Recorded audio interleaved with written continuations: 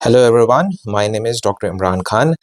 और आज का जो टॉपिक है वो बहुत ही इम्पोर्टेंट टॉपिक है। मैंने किसी का ये स्टेटमेंट सुना था दैट फॉर सक्सेस आपको 4 चीज़ों की ज़रूरत पड़ती है, that is discipline, determination, sacrifice and toughness. So मुझे एक्चुअली में बहुत अच्छा लगा ये 4 जो वर्ड उस पर्टिकुलर बंदे ने यूज़ किए थे। सो मुझे ऐसा लगा कि मुझे आपके साथ ये शेयर करना चाहिए और इस पे थोड़ा-सा इलैबोरेट करना चाहिए।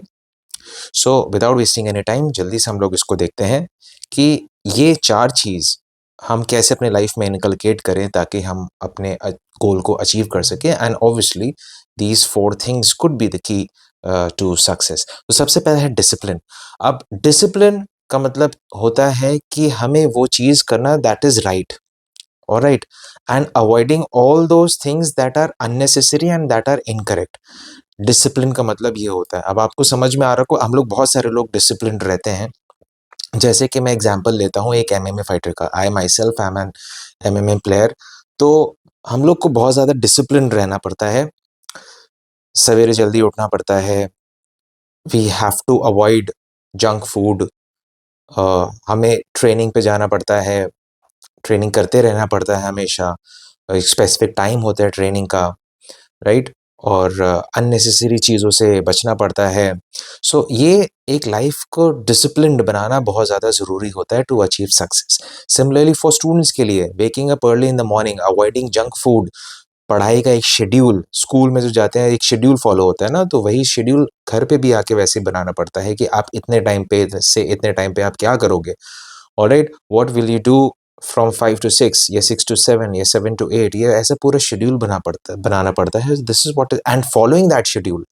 आपका मन नहीं कर रहा मगर फिर भी you are following that schedule because आपको पता है कि इस शेड्यूल को फॉलो करके you will achieve success, right? So this is what is called as discipline.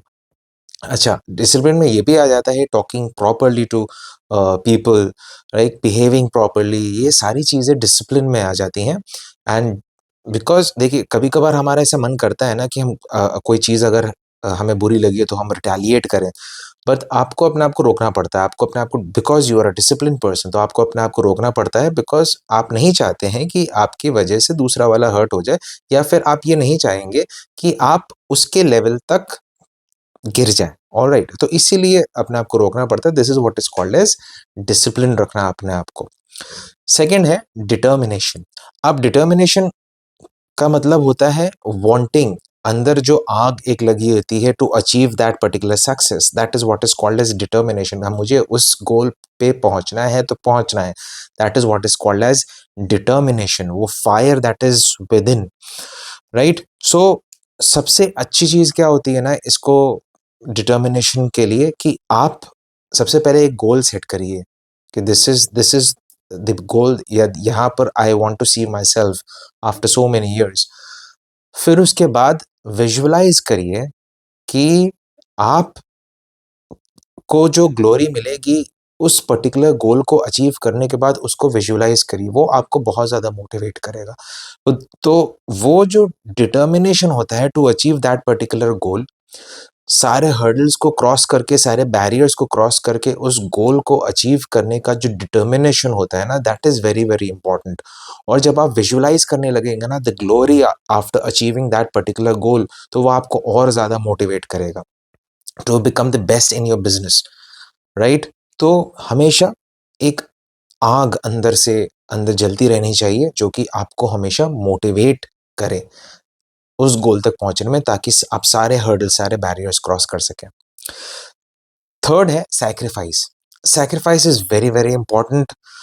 Sacrifice का मतलब है कि जो चीज़ें आपको करनी अच्छी लगती हैं, बट बिकॉज आपको वो गोल अचीव करना है, तो हेंस आप उन चीज़ों को सैक्रिफाइस कर रहे हैं। जैसे कि एग्जांपल मैं बता रहा हूँ, एमएमए में हम लोग ये बहुत ज़्यादा करते हैं कि हमें obviously everyone likes to eat sweets, तो स्वीट अवॉइड करना पड़ता है just to maintain weight. And because sweet से लथार्जिक हो जाती है बॉडी, सेंस, थोड़ा सा दिमाग जो है वो काम करना थोड़ा सा धीमे हो जाता है, उसके जो रिफ्लेक्सेस होते हैं वो धीमे हो जाते हैं। तो इसीलिए पसंद हमको है, मगर हम लोग उसको अवॉइड करते हैं, उसको सैक्रिफाइस करते हैं।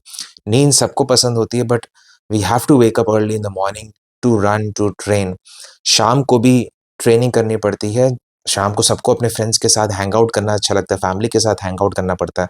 बट वो जो टाइम है, जो कि फ्रेंड्स और फैमिली के साथ हैंग आउट करने में जो स्पेंड होता है, उसका सैक्रिफाइस किया जाता है just to achieve that particular goal. Similarly ऐसे स्टूडेंट्स भी होते हैं, फैमिली के साथ सबको अच्छा लगता है, अपने फ्रेंड्स के साथ सबको अच्छा लगता है, बट उनको शाम को पढ़ाई करनी पड़ती है। तो वो अपना टाइम जो वो अपने फ्रेंड्स के साथ स्पेंड कर सकते थे, अपने फैमिली के साथ स्पेंड कर सकते थे, वो जाते हैं कोचिंग्स में या ट्यूशन्स में या पढ़ाई में वो अपना टाइम स्पेंड कर रहे हैं, ये सब सैक्रिफाइस करके। सबको वीडियो गेम्स खेलना अच्छा लगता है, वीडियो गेम्स को सैक्रिफाइस करके they are devoting the time in the studies. तो this is what is called as sacrifice. तो sacrifice is very very important in everyone's life. We all are sacrificing every now and then. हम लोग काम पे जाते हैं अगर, तो हम लोग सबको अच्छा लगता है ना फैमिली के साथ एंड बाकी सारे टीवी देखना फैमिली के साथ। मगर जब हम काम पे जाते हैं तो ये सारी चीज़ें, ये सारी जो खुशियाँ जो होती हैं, ये हम लोग सैक्रिफाइस करके अपने वर्क पे जाते हैं। तो this is what is called as sacrifice. और जो सैक्रिफाइस करता है, यकीन जानिए, वो हमेशा अपने गोल पे पहुँचता है। फोर्थ है टफनेस। अब यहाँ पर जो हम टफनेस की बात कर रहे हैं, यहाँ पर हम मेंटल टफनेस, फिजिकल टफनेस से ज़्यादा मेंटल टफनेस की यहाँ पर बात कर रहे हैं। Toughness to endure pain, pain झेलने की जो टफनेस है उसको। अगर आप माइंड से टफ है ना, तो आपकी बॉडी ऑब्वियसली आपके साथ रेजोनेट करेगी, आपके माइंड के साथ रेजोनेट करेगी और वैसे ही कॉम्प्रिहेंड करेगी। अगर आप माइंड से वीक है, तो आपकी बॉडी वैसे ही वीक आपको बनाएगी और दिखाएगी भी। तो mental toughness is the most important thing. MMA में हम लोग को यही सिखाया जाता है कि मेंटल टफनेस, आपको चाहे जितनी चोट लग रही है, अगर आप यहाँ से स्ट्रांग है, तो you can win a lost battle. तो मेंटल टफनेस यहाँ पर बहुत ज़्यादा ज़रूरी है। मेंटल टफनेस से आप कोई भी ऑब्स्टिकल को ओवरटेक कर सकते हैं। अपने अ, जब आप मेंटल टफनेस शो करते हैं, तभी आपकी बॉडी वैसे रिस्पॉन्ड करती है जैसे मैंने अभी बताया, और आपकी बॉडी भी टफ होती है जब आप मेंटल टफनेस शो करते हैं। सबको आराम करना पसंद है, बट जब आप मेंटल टफनेस शो करते हो ना, तो होता क्या है कि आप अपनी बॉडी को पुश कर रहे हो, और जब आप अपनी बॉडी को पुश कर रहे हो, तो इनडायरेक्टली आपकी बॉडी भी टफ हो रही है। तो it is all mental, it is all here. बीच-बीच में हम लोग का मन करता है, सबका मन करता है कि क्या नाम है, हम लोग बेड में रहें और आराम करें और बॉडी एक कर रही होती है, but it is all here कि आपको वो गोल नज़र आ रहा है।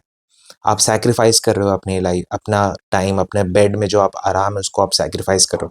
एक आग है आपके अंदर, राइट? एक डिटर्मिनेशन है आपके अंदर, एक विल है आपके अंदर, और सब हो रहा है कहाँ से? यहाँ से।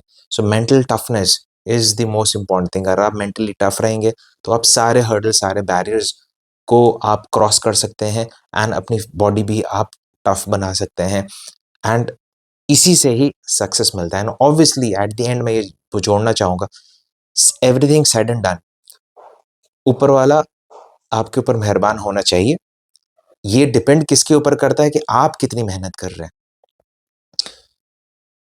आप जितनी ज़्यादा मेहनत करेंगे, ऊपर वाला ज़रूर देखता है, और वो आपको ज़रूर अप्रिशिएट करेगा और आपको ज़रूर वो देगा।